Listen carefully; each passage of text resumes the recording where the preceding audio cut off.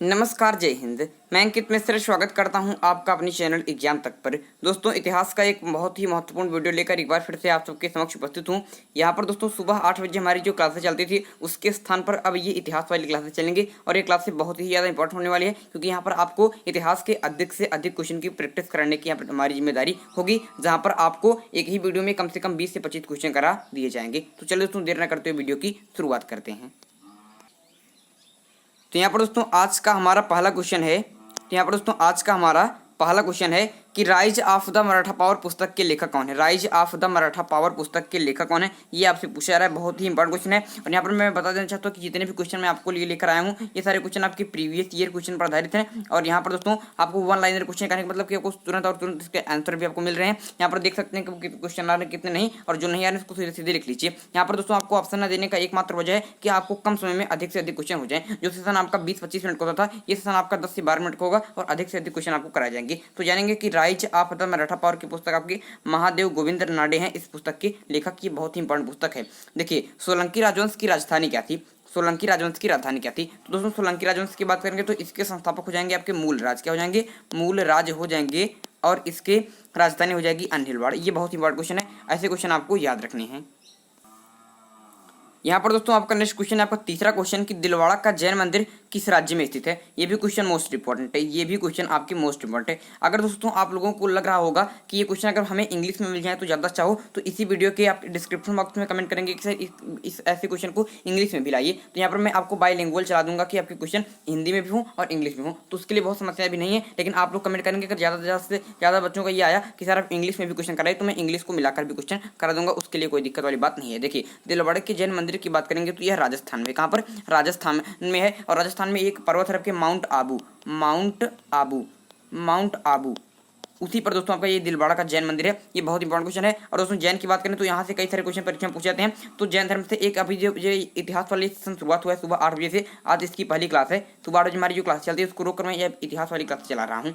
तो ये सुबह 8 बजे जो क्लास चल रही इतिहास की, इसमें आपको ऐसे भी क्वेश्चन मिलेंगे और कभी कभी मैं यहाँ पर टॉपिक वाइज भी आपको क्वेश्चन कराऊंगा। जैसे जैन धर्म का ले लूंगा तो पूरा तो भी करा दूंगा। लेकिन जैन धर्म से एक स्पेशल वीडियो हमारा पहले हो चुका है। अगर आप देखना चाहते हो तो वहाँ पर मैंने आपको 20 क्वेश्चन को कराए हैं। इसी वीडियो के डिस्क्रिप्शन बॉक्स में आपको लिंक मिल जाएगी, जाकर देख लीजिएगा। बहुत ही ज़्यादा इंपॉर्टेंट वीडियो है। इसके बाद चलेंगे दूसरे क्वेश्चन की तरफ। चलने से पहले मैं आपको बता देना चाहता हूं कि राजस्थान की अगर बात करें तो क्षेत्रफल के दृष्टिकोण से भारत का यह पहला सबसे बड़ा फर्स्ट पर है, सबसे बड़ा राज्य है। दूसरे पर दोस्तों कौन है, तीसरे पर कौन है, चौथे पर? मैंने आपको कई बार बताया। इस वीडियो के कमेंट बॉक्स में आप इसका आंसर देंगे कि क्षेत्रफल के दृष्टिकोण से दूसरे स्थान पर, तीसरे और चौथे स्थान पर कौन है। चौथे पर तो आपका यूपी है, दूसरे और तीसरे पर आपको बताना है। देखिए यहाँ पर नेक्स्ट क्वेश्चन है कि कांग्रेस अधिवेशन के सबसे युवा अध्यक्ष कौन थे।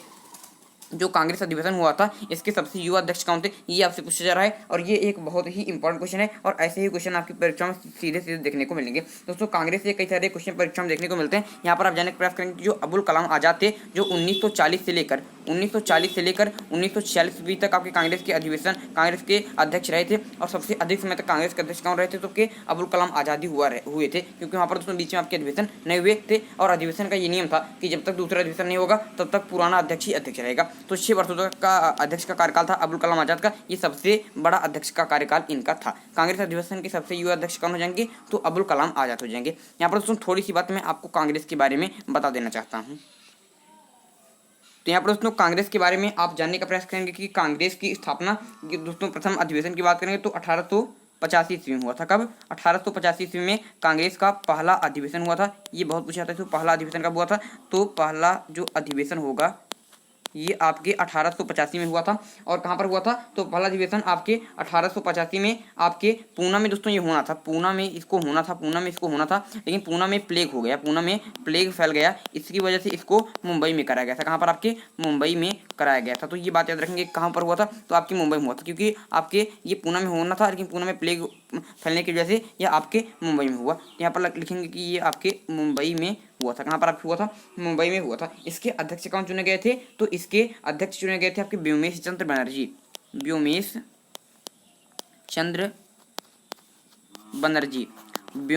बनर्जी साहब इसके अध्यक्ष चुने गए थे।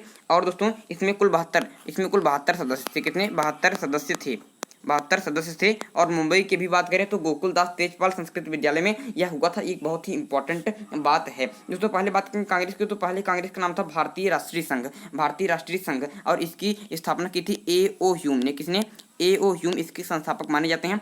और दोस्तों इसका नाम परिवर्तित करके इंडियन नेशनल कांग्रेस, इसे इंडियन नेशनल कांग्रेस कहते हैं। इसका भारतीय राष्ट्रीय कांग्रेस, इसका नाम रखा था आपके दादा भाई नौरोजी ने, दादा भाई नौरोजी ने। ये बात बहुत ज़्यादा इंपॉर्टेंट है। ये सब बातें आपको कांग्रेस के बारे में याद रखनी थी जो मैंने आपको बता दी हैं। और दोस्तों प्रत्येक वर्ष इसका अधिवेशन हुआ करता था। कहने का मतलब कि अगर दूसरे अधिवेशन की बात करेंगे तो 1886 में, तीसरे अधिवेशन की बात करेंगे तो 1887 में, और चौथे अधिवेशन की बात करेंगे तो 1888 में हुआ था। दूसरा अधिवेशन कहाँ पर हुआ था? तो आपकी कलकत्ता में।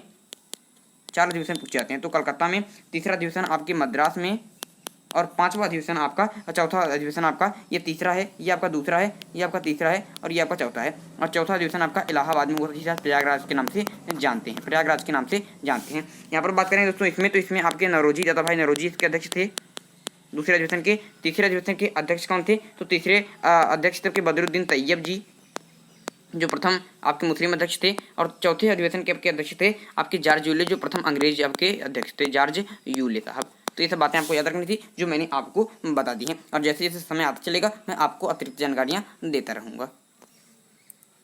तो यहाँ पर आपका ये क्वेश्चन कंप्लीट हो गया। कांग्रेस अधिवेशन के सबसे युवा अध्यक्ष कौन थे? तो अब्दुल कलाम आजाद साहब थे। और ये 1940 से 46 तक सबसे अधिक समय तक भी भारत के और उसके कांग्रेस के अधिवेशन के अध्यक्ष रहे थे। देखिए राजा राम मोहन राय, जिन्होंने 1529 ईस्वी में आपके लॉर्ड विलियम बेंटिंग की सहायता से आपके सती प्रथा पर प्रतिबंध लगा दिया था, उसी राजा राम मोहन राय की बात करते तो उन्होंने संवाद कौमुदी लिखी थी। इस किस भाषा में है? संवाद कौमुदी किसकी आपकी पत्रिका है? तो आपके राजा राम मोहन राय जी की। ये किस भाषा में है? तो यह बंगाली भाषा में है। ये सारे क्वेश्चन मोस्ट इंपॉर्टेंट है। जो क्वेश्चन आपको नहीं आ रहा हो इसको आपको लिख कर याद करना है। और जो भी बच्चे यहाँ पर नोट्स बना रहे हैं वो हमें कमेंट करके बताएंगे कि सर मैं यहाँ पर नोट्स बना रहा हूँ और इस प्रकार से इसको जितनी भी हमें नई जानकारी दी रही है उसको मैं लिख रहा हूँ। जो भी लिख रहा होगा वही इसको दोहरा पाएगा और वही इसको याद कर पाएगा। और ये ऐसे क्वेश्चन की सीरीज यहाँ पर मैं चला रहा हूँ इतिहास के, जो आपको डायरेक्टली क्वेश्चन देखने को मिलेंगे। इसलिए मैं यहाँ पर आपको ऑप्शन भी नहीं दे रहा हूँ, जिससे कि वहाँ पर ऑप्शन दे रहा था तो आपके ज़्यादा से ज़्यादा 10 क्वेश्चन ही कंप्लीट हो पा रहे, 10-12 क्वेश्चन। यहाँ पर मैं आपको करा रहा हूँ तो आपको 20-25 क्वेश्चन आपके एक एक वीडियो में। देखिए हिंदू के पहले समाचार पत्र, हिंदी के पहले समाचार पत्र कौन था? आपका उदंत मार्तंड। ऐसे भी कुछ पूछा था कि हिंदी का प्रथम समाचार पत्र कौन था? तो उदंत मार्तंड था। इसके संस्थापक कौन थे? तो आपके जुगल किशोर जी हो जाएंगे, जुगल किशोर जी आपके इसके संस्थापक हो जाएंगे, इसके उदंत मार्तंड के। ये एक इंपॉर्टेंट क्वेश्चन है। इसके बाद देखेंगे दोस्तों कि काकोरी षड्यंत्र कब हुआ था? तो अगर काकोरी षड्यंत्र की इसकी बात करेंगे तो ये सन 1925 में हुआ था। कब हुआ था? सन 1925 ईस्वी में हुआ था। और ये बहुत ही इंपॉर्टेंट क्वेश्चन है, कई बार परीक्षा में पूछा गया है। यहाँ पर दोस्तों काकोरी षड्यंत्र की इसकी बात करेंगे तो यह 9 अगस्त 1925 ईस्वी को हुआ था। और दोस्तों इन्होंने काकोरी षड्यंत्र क्या था दोस्तों इन्होंने आपके हथियार की तलाश में यहाँ पर एक ट्रेन को लूट लिया था जो सहारनपुर से लखनऊ की ओर जा रही थी। और इस ट्रेन का नाम था एट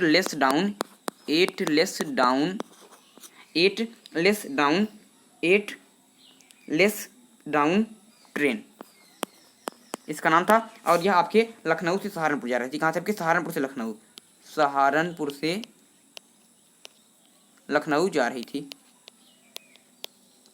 और दोस्तों इस केस में शामिल थे राजेंद्र लाहिड़ी, राम प्रसाद बिस्मिल, रोशन सिंह, अशफाक उल्ला खां। और इसमें ही दोस्तों शामिल थे आपके चंद्रशेखर आजाद भी, लेकिन वो भाग गए थे। ये इन चारों को पकड़ लिया गया था और बारी बारी करके इनको आपकी फांसी दे दी गई थी। देखिए यहाँ पर दोस्तों सैडलर की बात करें, सैडलर आयोग की स्थापना किस वायसराय के समय हुई थी? तो आपके लॉर्ड चेम्सफोर्ड के आपके समय में सैडलर आयोग की स्थापना हुई थी। ये एक बहुत ही इंपॉर्टेंट क्वेश्चन है और ऐसे क्वेश्चन आपको याद रखने हैं। और ये सीरीज आपको कैसी लग रही है कमेंट बॉक्स में अवश्य बताइएगा।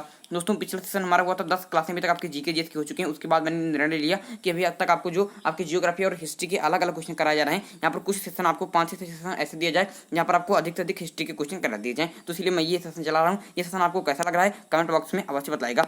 और क्या मेरा विचार अच्छा है कि आपको एक वीडियो में आपको इस प्रकार से अधिक क्वेश्चन कराए जाएँ, और अगर आप लोगों की इच्छा हो तो ये क्वेश्चन इंग्लिश मीडियम में भी लाए जाएँ। तो आप लोगों की कैसी बातें हैं, सारी बातें कमेंट बॉक्स में ऑफलाइन कमेंट में बताइएगा। मैं यहाँ पर पढ़ने का प्रयास करूँगा। अगर उसमें किसी भी प्रकार की इसके बाद भी कोई दिक्कत होती है, अगर आप जानना चाहते हैं हमारी क्लासें किस प्रकार से चलती हैं, इसके लिए किस प्रकार से शेड्यूल है, तो हमारा एक ऑफिशियल नंबर है जो मैं आपको हर बार बताता हूँ 8574560837। यहाँ पर दोस्तों हमसे आप डायरेक्टली बात कर सकते हैं, कई सारे बच्चों का फोन भी लगातार आता है, आप भी बात करके हमसे अपनी समस्याओं का समाधान कर सकते हैं। यहाँ पर देखने का प्रयास करेंगे कि अभिनव भारत जो महाराष्ट्र थी, ये समिति के संगठनकर्ता कौन थे। तो अभिनव भारत जो आपके महाराष्ट्र में है समिति बनी थी, इसके संगठनकर्ता थे आपके गणेश सावरकर।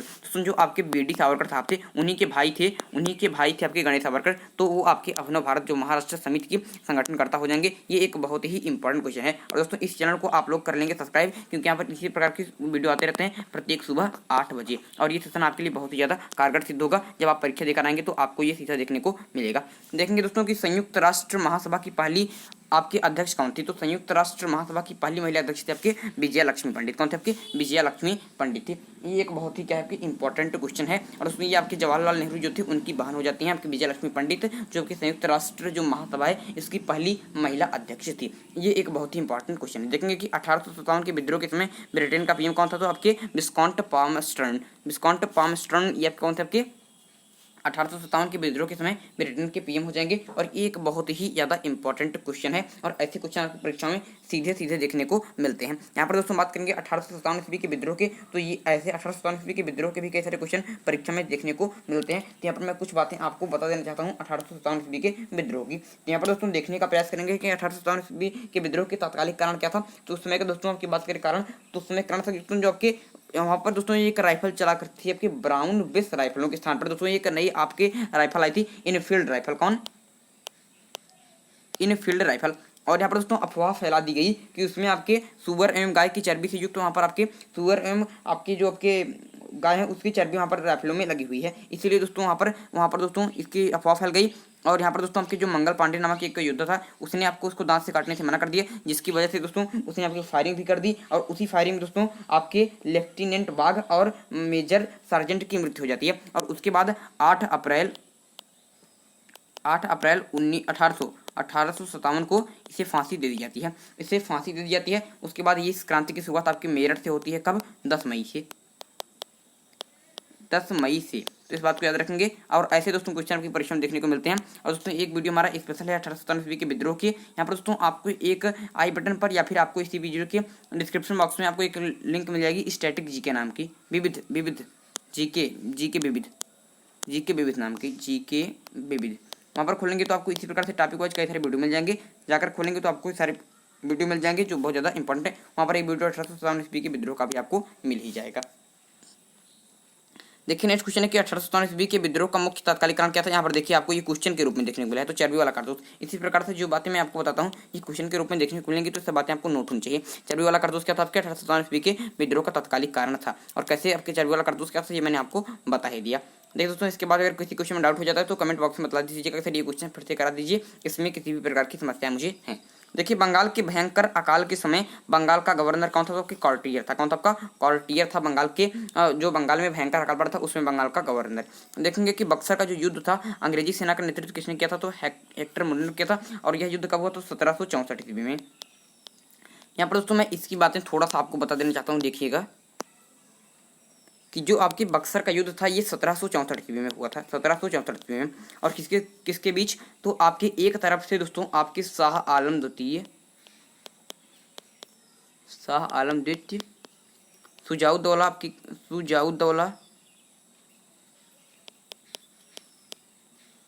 ये आपके अवध के नवाब थे, और थे आपके मीर कासिम, यहाँ पर बंगाल से भाग कर गए थे। और एक तरफ से आपके हेक्टर मुनरो